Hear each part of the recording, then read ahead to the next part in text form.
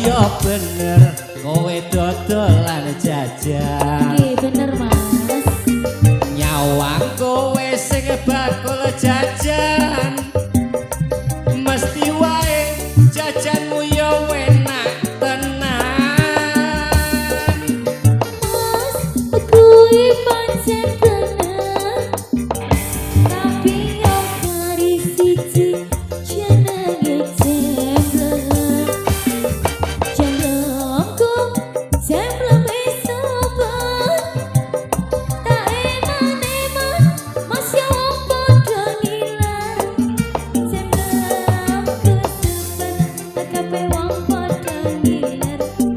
Jemblem kesupen kabeh wong padha ngiler. Ayo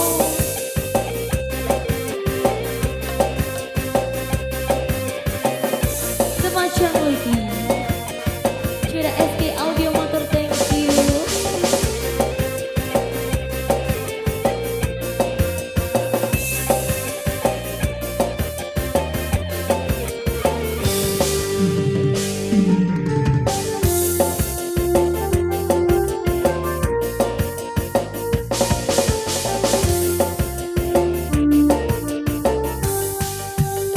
Saiki ne aku kepikiran sok kapan iso ngincipi jemblemu. Angen-angen ku teko bun-bunan bisa tapangan sadurunge turu kaya wong sing nyidam telung wulan. Aku iki yo nyidam jemblemu saumpama bisa tuku larang ra duwe duit wani dodol untu. Aku nyidam jemblemu dik. Jemblem sing endi Mas? Jemblem sing kuwi lho dik. Sing kuwi endi? Mosok ra ngerti dik.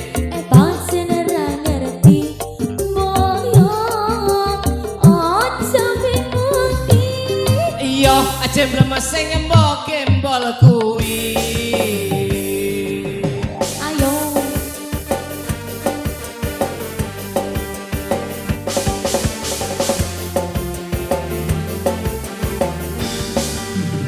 wes diguyu tekan setengah. Oh iya.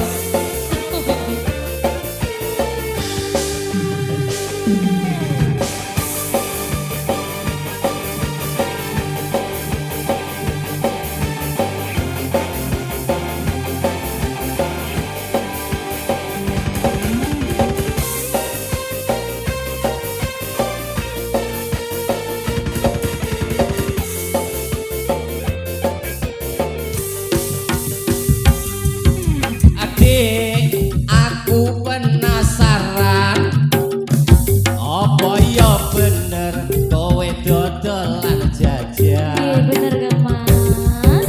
Nyawang kowe sing bakul jajan. Mesti wae jajanmu ya enak tenan. Kuwi pancen bener. Tapi yo kari siji jenenge jemblem. Jemblemku jemblem sobat. Tak eman-eman Mas yo padha ngilang. Jemblem super kabeh wong padha ngiler. Jemblem Ngiler tenan ya. kabeh wong padha ngilang.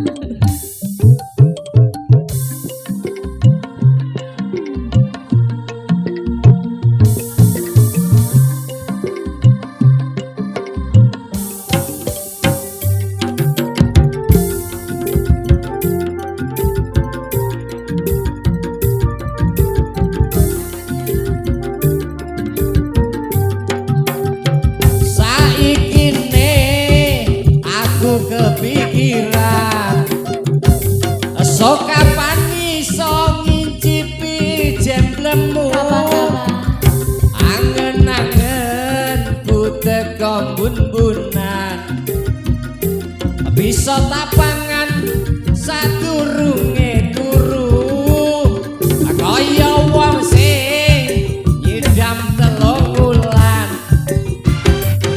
aku iki yo nyidam jemblemu saumpama bisa tuku larang ora duwe duit wani dodol untu aku nyidam jemblemu lho Dik Jemblem sing ngendi lo Mas jemblem sing kuwi Dik sing kuwi ngendi mosok ora ngerti Dik bang sen ora ngerti boyong aja wingi